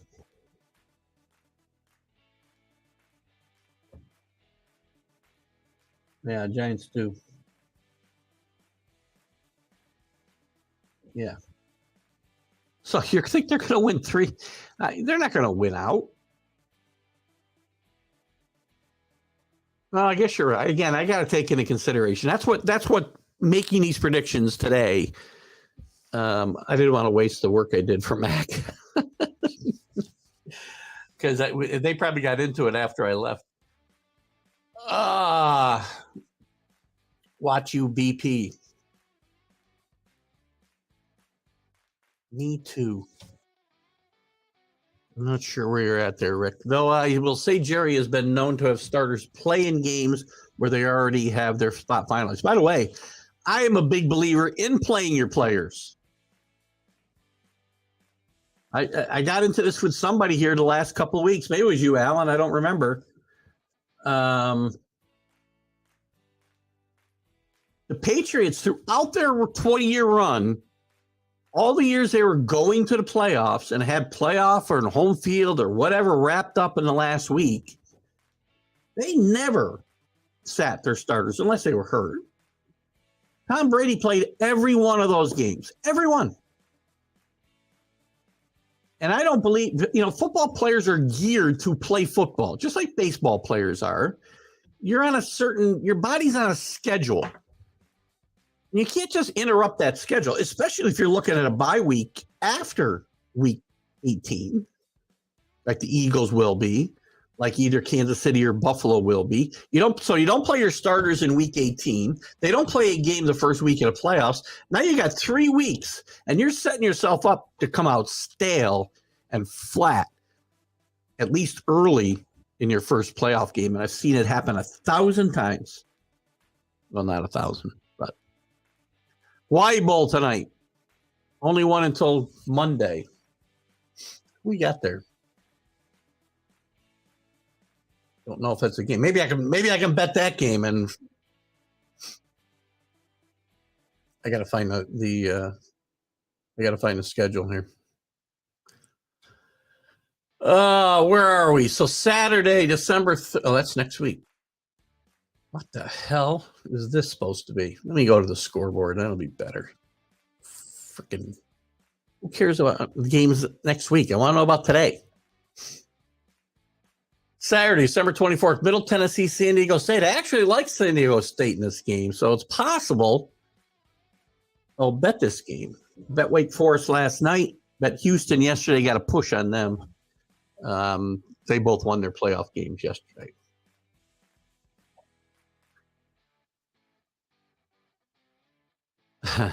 It's called a bomb cyclone. If you aren't paying attention to the apocalyptic weather people on the news, it's just winter to me. Bomb cyclone. Oh my God! Really? 10:25. We got some time left. We can come back here too. I want to talk some Major League Baseball. We got some news in Major League Baseball. Let me change my banner. We can come back to football if you guys want to talk football. We'll talk some baseball and maybe a little college football, college basketball. I don't know. We only got a half an hour, so we probably won't get into too much. Let me find my Major League Baseball banner. News. I got asked about this the other day. Would I want the Yankees to sign Craig Kimbrell? And I said, never. Not in a million years. He signs a 1-year deal with the Phillies, 1 year, $10 million. So that's yesterday's big signing. The Blue Jays acquired Dalton Varsho in a trade with the Diamondbacks. This is a pretty good deal. I like Varsho. Yankees were looking at Varsho to play left field after not getting Benintendi. They were looking at making a trade with the Diamondbacks, and this didn't work out. He played really good defense. He played center field and right field, but I'm sure he could have played left field. And hit 27 home runs last year. The Diamondbacks give up Gabriel Moreno and Lourdes Gurriel Jr. in this trade. So listen, on paper, the Blue Jays remain probably the best team in the American League, but they don't seem to make it transfer to the field. But they do two things here. They also acquired Kevin Kiermaier, by the way, during this offseason as well. So they've got their lineup is loaded. They did need a left-handed bat, which is what Varsho brings to them as well. And they hurt the Yankees because they know the Yankees are after them. So there is that. The Giants signed, after we went off the air yesterday, talking some baseball, the Giants signed Michael Conforto to a 2-year contract worth $36 million. Conforto was one of the big losers in the free agent market last year. He was banged up. Teams were worried about his injury issues. And the Giants, after really an embarrassing offseason so far, thinking they had Judge in the bag at 9 years, $360 million. And even John Hyman, the idiot from the Post, who is always in a rush to get the story out, not get it right, but get it out, predicting he had already signed. He didn't. The next day he signed with the Yankees. Then they had the ill-fated effort to sign Carlos Correa for 13 years at 300 and whatever, what was it? $350 million. And then don't like his medicals from an injury from 2014 when he was 20 years old. You know, your body heals pretty good when you're 20 to 28 years old. I don't think, I have this thought in my head that the Giants never intended to sign Carlos Correa. I think they were trying to make a show for their fans. They knew there was nobody else that they were going to be able to make a real show of bringing in one of the big free agents, and they knew they'd be bringing in guys like Conforto and putting teams together like they have the last couple of years. 1 year it worked out great. 1 year it didn't. I think this was all for show, and they probably knew in the beginning that their medicals were going to cause them to say, oh, we changed our mind. And the Mets pounced the same night they signed him. Before morning was here, they'd signed him to a 12-year deal. I don't think this is a bad deal for the Mets. They got the money. This isn't Allen. This isn't the Texas Rangers, who aren't one player away from the World Series, signing an over-the-hill pitcher, sorry, because he's the best pitcher in baseball when he pitches, but an injury-prone pitcher. This is a very good team, one player probably away, a bat, from being able to be serious World Series contenders. Now their payroll is $500 million, but they got the richest guy in baseball who owns a team. Is it good for baseball? Maybe not. But if teams in Kansas City and Texas and Oakland can't keep up, then get out of the game. Anyway, I think the Buck Showalter now has the most pressure on him of any manager in baseball. And by the way, by not signing DeGrom to that 5-year, $188 million contract, the Mets were able to take that $188 million and re-sign Nemo for 7 years, I think 6 or 7 years. Get Senga from Japan for 5 years. Bring in Verlander for 2 years, and bring in Quintana for, I think, 4, maybe 3. All for what they would have had to pay DeGrom over that time span. Great offseason by the Mets. Puts pressure squarely on, well, the players, but also on Buck. You get a couple of comments in here. I'm sure Alan's speaking up here somewhere. Taylor Rogers to the Giants, yes, saw that one as well. I think he reunites with his twin there. His twin brother plays there already. I saw the story here somewhere. I don't see it now. Rangers get Nick Mears off waivers. There's something that'll really turn your team around. You know, you're always giving me these little things. Let me look up, and maybe I'm wrong. Let me look up Nick Mears. Because you got all these guys you keep telling me are going to turn it around, and they're ready to let me see what Nick Mears did. Oh, nice. Nick Mears pitched 2 innings last year for Pittsburgh.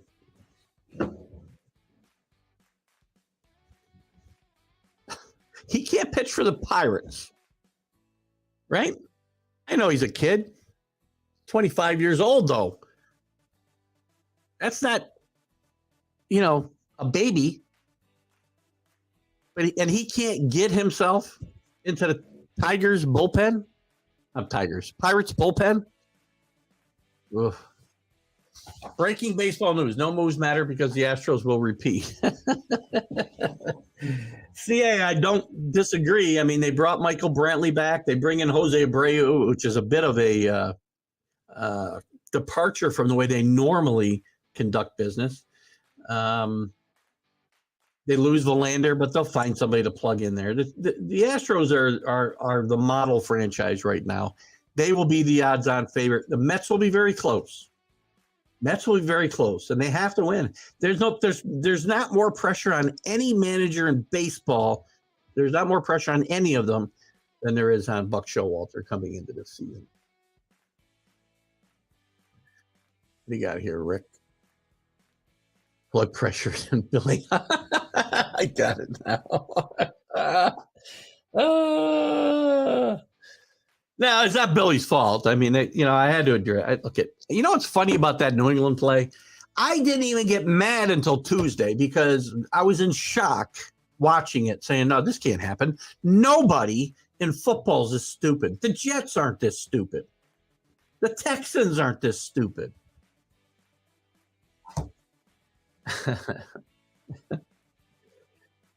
Right? Bengals clinch a playoff spot Thursday after the Jets lost. That's good. We knew they were making the playoffs. Come on.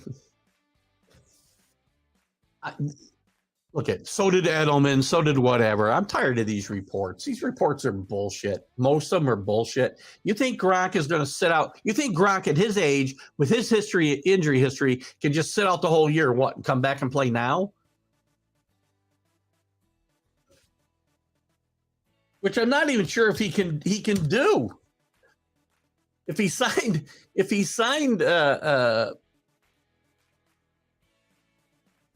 contacted Bucks last month about a possible return. And he would have provided nothing to this team at this point. Nothing. This is a bad football team. And, as much as I love Gronk, as much as I love Brady, They need to go away. They just need to go away. They're distractions to their teams right now. I hate to say that, but they are. Never thought I'd say that about Tom Brady, and I've been saying it this entire season.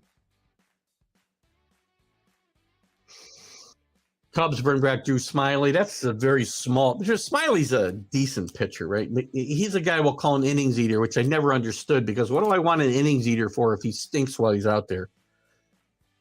But the Cubs have made some interesting moves. Yankees still interested in possibly going out and getting Ian Happ from the Cubs. They might need to be willing to trade Gleyber Torres back there to get him.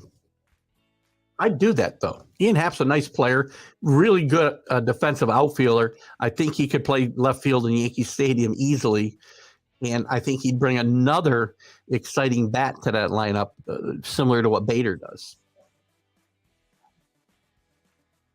Yeah, he's bored. I love Gronk, but just go away. Do something where I can laugh and, because you're doing something stupid on TV. Not talking about coming back and playing football. A lot of you know what? What's funny about this, Billy, is all these ex-Patriot players played with a guy who was a king of outbursts. Tom Brady. King of the sideline outburst. Now, I guess you can make an argument that Brady had earned, the right to have those outbursts a little bit more. But listen, I want my quarterback to care. I don't want my quarterback to be like Zach Wilson and look like he doesn't give a crap. Or, to be honest with you, half the time Eli Manning looked like that, like he was a deer caught in the headlights. I like my quarterback to have some emotion, and I like him to get in the face. Normally, I would tell you I don't want my players being insubordinate. But some of the offensive play calls are ridiculous, and he knows it. My Christmas wish, which was another thing I was supposed to have ready for Mac's show today, was that Bill Belichick wakes up from this horrible nightmare that he's in, moves Patricia back to running the offense, moves Judge back to running the special teams, and either Josh McDaniel gets fired in Oakland or Las Vegas and comes back to the Patriots, or maybe Bill O'Brien can be coaxed out of Alabama. And we can restore some order to this nonsensical approach to the offensive football that the Patriots have put out there this year. Awful.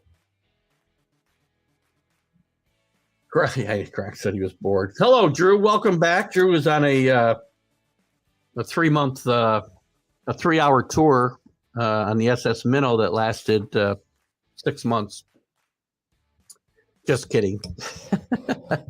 I hope you guys had a good time on your cruise. I know it was a lot going on, and glad you guys got back safe and sound and enjoyed yourselves from the sound of it all. So welcome back. Good to have you here with us, and happy holidays to you and yours, Drew, as well.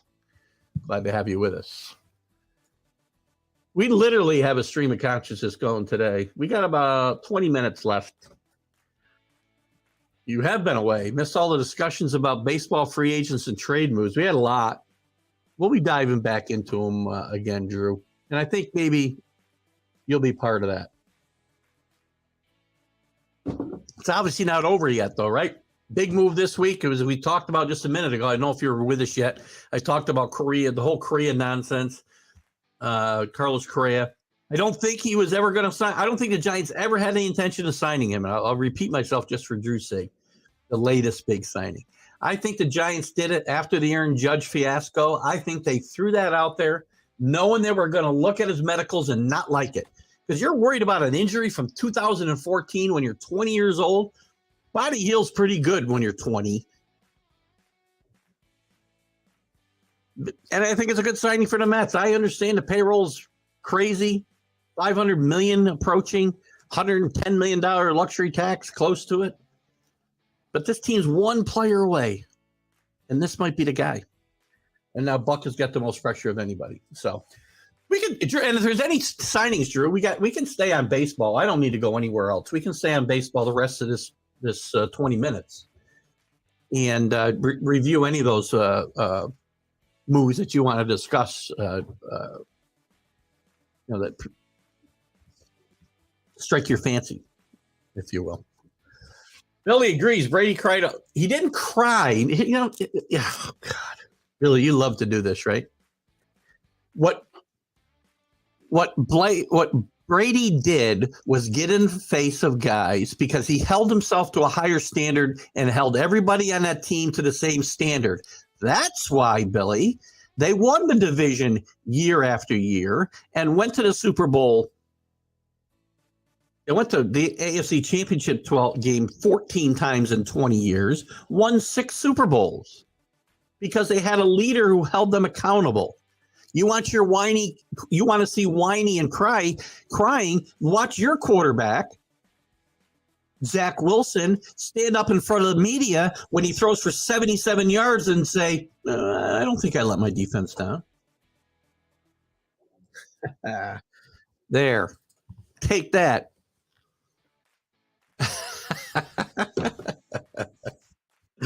That's funny, Billy.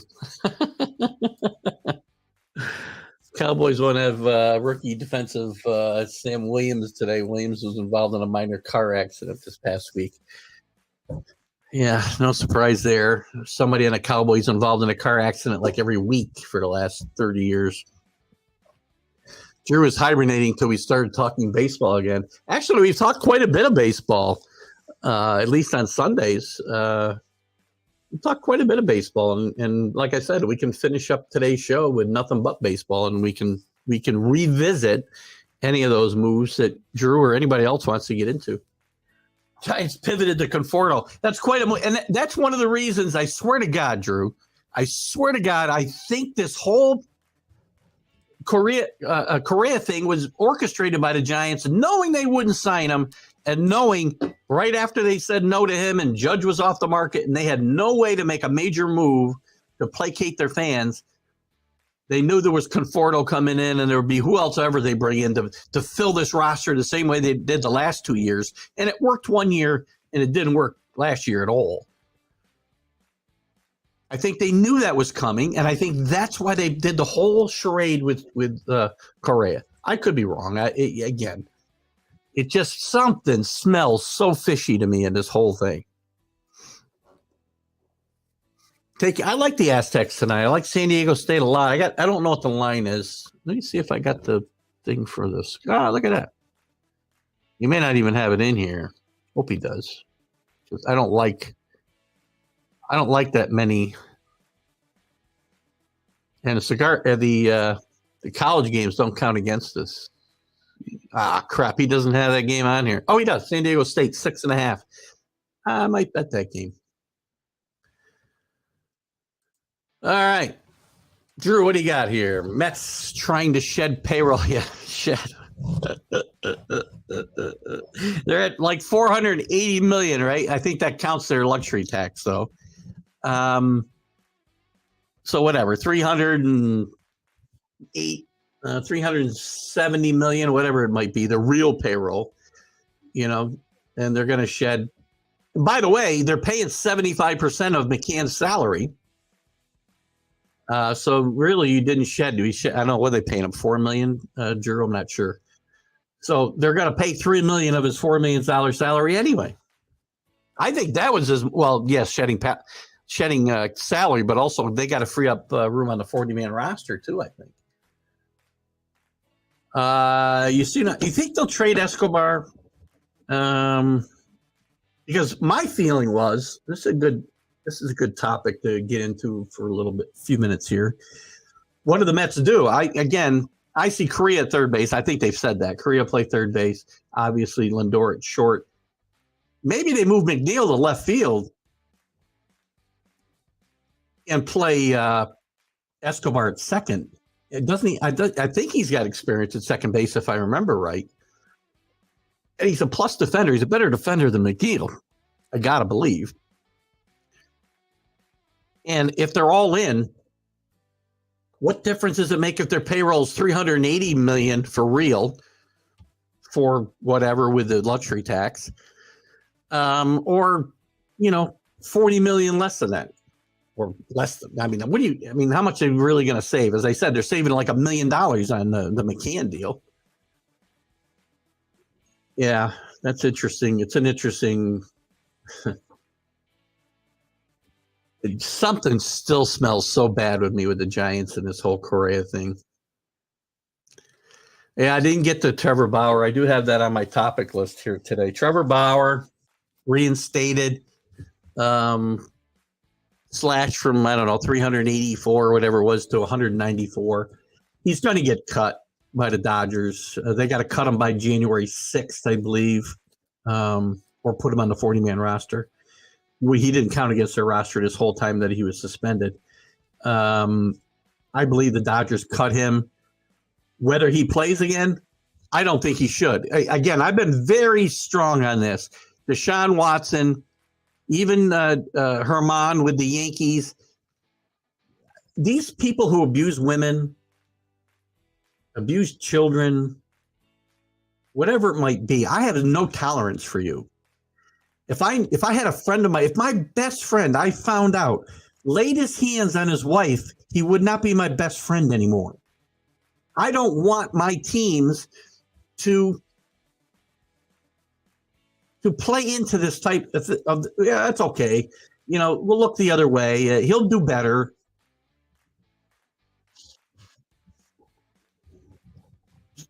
Again, I have no tolerance for that. Anybody who lays his hand on a woman. I'm sure plenty. You'll hear this wrong. I'm not even saying you may not want to. Some women are impossible. Believe me, not my current wife, but in the past, I have been in relationships where if people were going to get hit, they'd be the ones. I'd never lift my hand to a woman, ever. Get out of your relationship. Go somewhere else. Walk away if you're angry. And if you're not mature enough to do that, then you don't deserve to be playing Major League Baseball or NFL football or whatever it is. But there'll be one dumb owner out there who will say, oh, we'll take a shot at this guy. Not a good public image for your organization. Drew does his best work while away, apparently holding my own in a pick. Yes, you are. I think you had one bad week, Drew, but you're still I went through this earlier. I'll tell you where you are real quick. You probably already know, but you did a good job for being away. How come I can't get to the?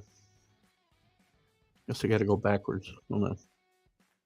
You are currently still in third place, 6 behind. You did lose a little bit of ground. You're still in third place. You lost a little bit of ground, but still doing a good job there, Drew. CA has made a move here recently too, and he's passed you, and he's only 3 behind our leader, who we still haven't identified our leader, S. Craw. Too much Terrell Owens crying in football today. You know what? That's a difference. So listen, there's a big difference between Tom Brady or Mac Jones screaming at his teammates on the sideline, firing them up. That's why it's funny the expatriates are all over Mac Jones. I'm shocked. And whining to officials like wide receivers do on every single pass play. You guys have all the advantages in the world. Just like every sport, the NFL makes sure that they make rule changes and such to benefit the offensive players, not the defensive players, make their job harder. Shut up, wide receivers, including mine. Let's just sign Medic for backup infield so they don't need Escobar. Yeah, but who's going to start at second base? I mean, aren't they better off? Again, aren't they better off with, again, for the salary you're going to shed? It's like, a deck chair blowing off the Titanic. It's not going to have any impact. I mean, why wouldn't you play Escobar? And again, maybe he can't play second base. I thought he had experience at second base as well. To me, you're a better team, especially defensively, with Escobar at second and McNeil in left field, if I'm right about Or McNeil at DH. You got a big DH problem as well, right? Although they brought somebody in. I feel like they brought somebody in to play DH and skipping my mind here. Well, total though, right? I mean, they're not saving $5 million this year, are they? During the story I read, and maybe I'm misremembering it. I thought they were paying him $4 million, and they were paying 75% of his salary. I could be wrong. But even so, even $5 million, again, there's the same analogy. $5 million for this payroll is like a deck chair blowing off the Titanic. Fantasy baseball is harder on vacation. You need to work daily. Yeah, I know. I don't go on vacation during fantasy baseball season, though, do I? No, I don't. Not for long periods of time. Which, by the way, I'll fill you guys in as we get into later in January. I'll be missing some time on Sundays, even Fridays probably, as I'll be away for about 10 days in February. So I'll let you guys know what we're going to do. It'll be, Vogelbach. Can't hit lefties, right? So you got to have somebody to be the righty DH. And I'm just not a big fan of Vogelbach myself. I don't think he set the world on fire with the Mets last year. Listen, if I want my best team, and now the pressure's on Buck, so I'm saying, look at what's the point of shedding $10 million in salary when we're already got a $380 million payroll next year? What's the point of shedding $10 million? I want my best team. McNeil is a defensive liability. Put him at DH. Batting champion last year, right? And put Escobar at second. Unless I'm wrong about his ability to play second. You can probably get away with Canha, however you say his name, whatever, in left field. Or find a better defensive left fielder or right fielder, because Marte's probably a better left fielder than he is a right fielder. February is before fantasy season, so you're good. No, I know. It should be good for your fantasy football. Don't forget to fill Rick in on that, Drew. Your playoff fantasy football league. I got to stay on top of that. Assuming I'm still alive once the Super Bowl comes. We'll be on the cruise for the Super Bowl, before the Super Bowl. Thursday is going to be a fun day. Dallas and Tennessee. Tennessee stinks. They're going to lose that game. Oklahoma, Florida State bowl game. That'll be a fun game, I think. And the round table will be on Thursday for a few weeks. Oh, really? Alan's show, the Wednesday round table on Let's Talk Sports. If you haven't catch it. Alan is really doing a very good job. I watched him with Robert Butler here. I don't think that was a round table. You're on the round table with Carlos last week. I did the show, I know, with Alan a few weeks back. And Alan's got a new show where he does some interviewing, and I know he interviewed Robert Butler from SportScope and did a good job. CA, what time we got here? 10:53. Crowds, not just games, are being affected by the weather today. Even getting to the dome. Good point. The weather across the country with the bomb cyclone. I mean, again, this weather will kill you. Weathermen like to deal in hyperbole because weather sells. Not that the weather is not dangerous. Don't get me wrong. But it will be tough in some areas to get to these games. But it'll affect the games being played in the outdoor venues more obviously than the domes. But people got to be safe. And if you're traveling to games today, be safe.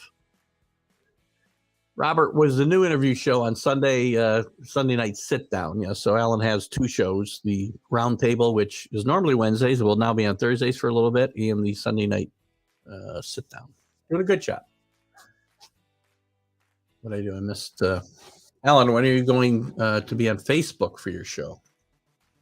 Not hard to. I'm not sure how you're sharing the show, Alan, but it's pretty easy to do. Well, you can do it to your personal page if you don't, or set up a page for your show like I did. And to be honest with you, I'll be honest with you, Alan. I'll give you a little tip, and I think we talked about this. It is much easier to gain followers and viewers on Facebook than it is YouTube. I have not found a way to find the magic potion over there. I've got a lot of groups that allow me, as you know, like the Community of Sports, which Alan is one of the moderators of, that allow me to share the show, and we get tons of, thousands of engagements and views weekly to all the shows that we do. Can't go live on LTS because my StreamYard can't connect to LTS. Well, don't connect. You can do it on your personal page, Alan. You can connect to that, or you can set up a page for your show. We can talk about it more if you want to do it. If you want to stick with YouTube, that's understandable as well. Anyway, good stuff. You're welcome back. Good to have you with us as we break down some baseball. Guys, there's still some college going on. Pay attention to that. Lots of football the next couple of days. As I said, as you celebrate this holiday weekend, whether it's Merry Christmas, Happy Hanukkah, Happy Kwanzaa, Happy Festivus, whatever it is, whatever the reason for your celebrating the season, please have a very safe and happy and joyous time with your family and friends, and that's what the holiday is all about. So enjoy, be safe. Lots of NFL. We got some college this weekend. Next weekend we get into the really good meat of the college football season, which we'll be talking about Wednesday night on the College Football Huddle. Remember, there is no Sunday Stream of Consciousness. This is our Stream of Consciousness show this week, and we'll go from there. Before I finish up, Al, Drew's we got a couple minutes. Baseball, I'll tell you what, it's going to be quite a bad. We talked about the Blue Jays with the move they just had this week to pick up Varsho from the Diamondbacks. Was a really good move. The Yankees were interested in him for left field, so they've now lost out on Benintendi and Varsho.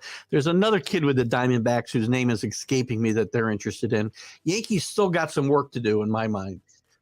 Getting Judge back, and I didn't touch on this Rondon contract. I'm not a big fan of Carlos Rondon.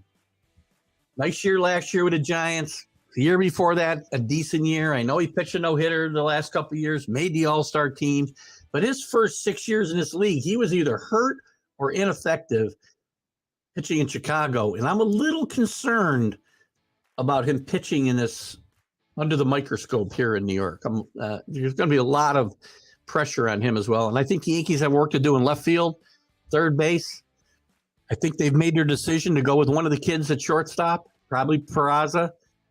And then we see you got to find takers for Hicks, and you got to find takers for Donaldson. You got to get them off this team. How much time we got? Run out of time. Can't go live because LTS is my. Oh, you're using. You're probably using Dan's LTS. Or StreamYard. That's probably why.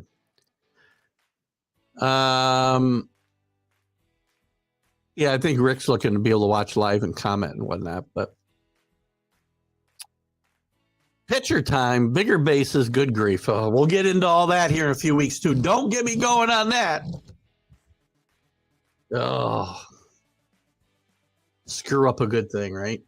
Leave it to baseball. Leave it to Rob Manfred. I've said forever, I don't know if baseball will be able to save or survive Rob Manfred. Guys, Merry Christmas, Happy Hanukkah, Happy Kwanzaa, Happy Festivus. Enjoy, be safe. We'll see you Wednesday night on the College Football Huddle. Tango, TGI Sports Talk right here on Northeast Sports. See you later. Bye-bye.